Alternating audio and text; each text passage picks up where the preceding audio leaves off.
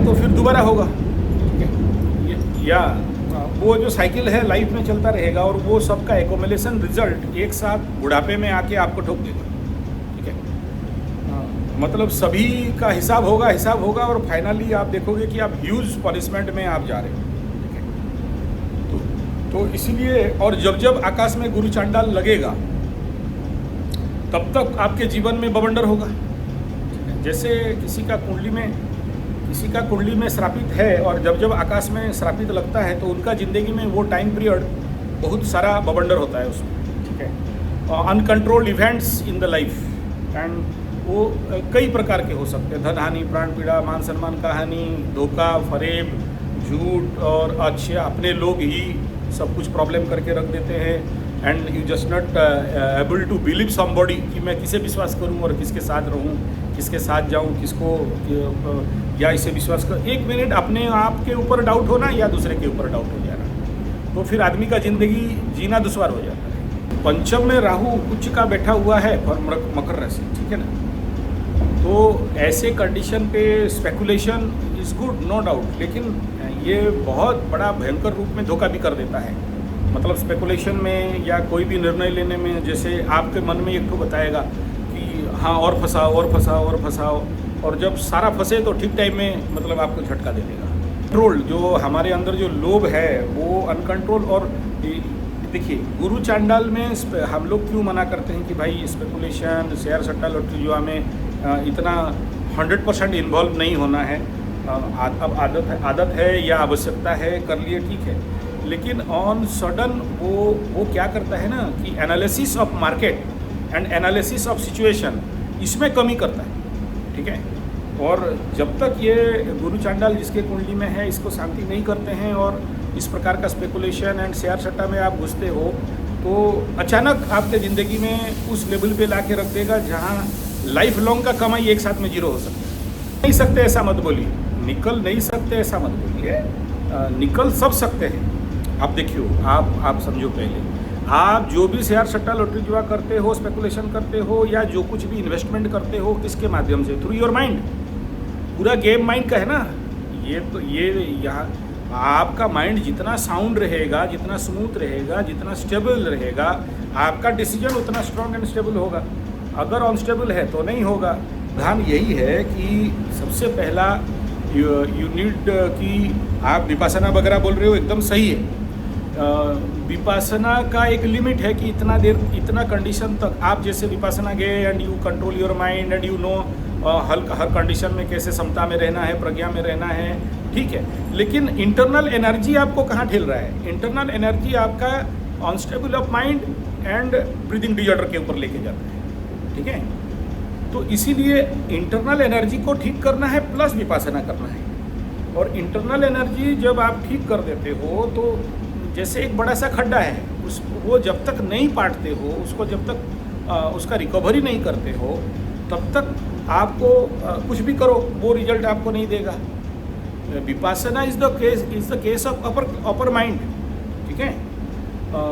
Conscious and subconscious का game है, लेकिन कुंडली, नक्षत्र और ग्रह ये इनर सबकॉन्शियस, मतलब सबकॉन्शियस का सबकॉन्शियस। अच्छा, केतु और गुरु जहाँ बैठा, गुरु माने जीव और केतु मीन्स सुप्रा इनर कॉन्शियसनेस, जिसको कि कोई भी आदमी एक्सप्लोर नहीं कर सकता है। कि कोई भी कितना बड़ा भी एस्ट्रोलॉजर हो जाए, कितना बड़ा भी ऑकल्ट प्रैक्टिशनर हो जाए, केतु को एक्सप्लोर नहीं किया जा सकता, ठीक है। भले राहु को कर सकते हो, Rahu is the future, Ketu is the past and past, ठीक है। और वो कितना स्टॉक लेके रखा है, इसलिए 9 ग्रहों का 9 ग्रहों शांति कर दोगे।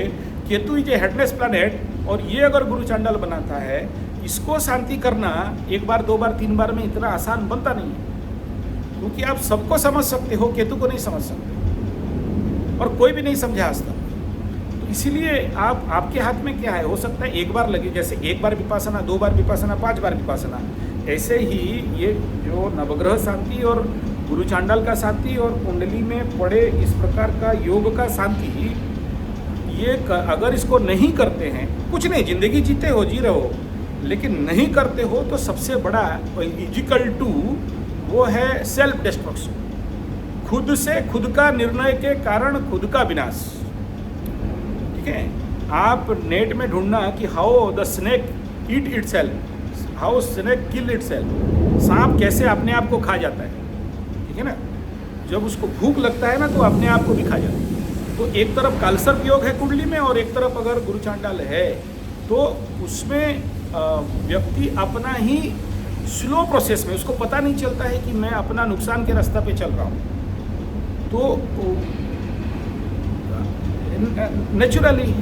नेचुरली राहु और केतु के अंदर सारे बैठे हैं, और केतु के पास गुरु चांडाल बना के बैठा है, ठीक है ना।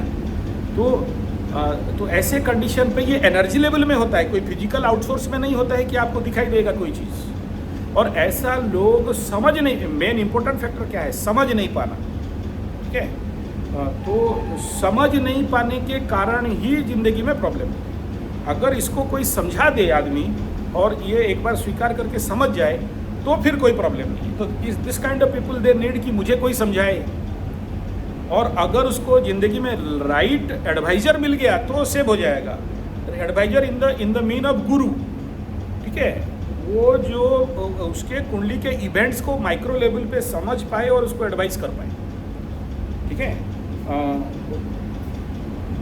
नहीं, ये आप घर में पूजा करते हो, जप करते हो, प्राणायाम करते हो, विपासना करते हो, मेडिटेशन करते हो, योग निद्रा करते हो, everything is correct and good, आप ठीक ट्रैक में हो, ठीक है। अगर ये आपको सोल्यूशन दे रहे हैं तो कोई प्रॉब्लम नहीं, लेकिन ऑल्टरनेटली आपको नवग्रह शांति पूजा, नवग्रह शांति का जो हवन है, हवन is a medicinal, it is called astrological जो हर्ब्स है, जो नवग्रह का हर्ब्स है, 27 नक्षत्र का हर्ब है, इन सबको हवन करके इनका उसमें अपने आप को उधर जाके जो भी क्षमा प्रार्थना वगैरह है, ग्रह शांति का जो रिचुअल्स है वो करना पड़ता है ऐसे कंडीशन पे। अगर आपको आप जैसे आपको कोई बीमारी है और आप बोलते हो कि बुखार है, पैरासीटामोल खा लिया, बुखार छूट गया, लेकिन बुखार किस कारण से हुआ? सर दर्द हुआ, आप ट्रेप्सिल ले लिए, सर दर्द ठीक हो गया, बट इट इज दवाई है, रोग को दबा दिया। परमानेंट समाधान चाहिए तो फिर आपको थेरेपी में जाना पड़ेगा। मेरा चैनल का नाम क्या है? टेस्ट एस्ट्रोथेरेपी। तो माई बेस इज थेरेपेटिकल बेस। आपको उसका मूल में जाके उसका समाधान निकालना पड़ेगा, ठीक है।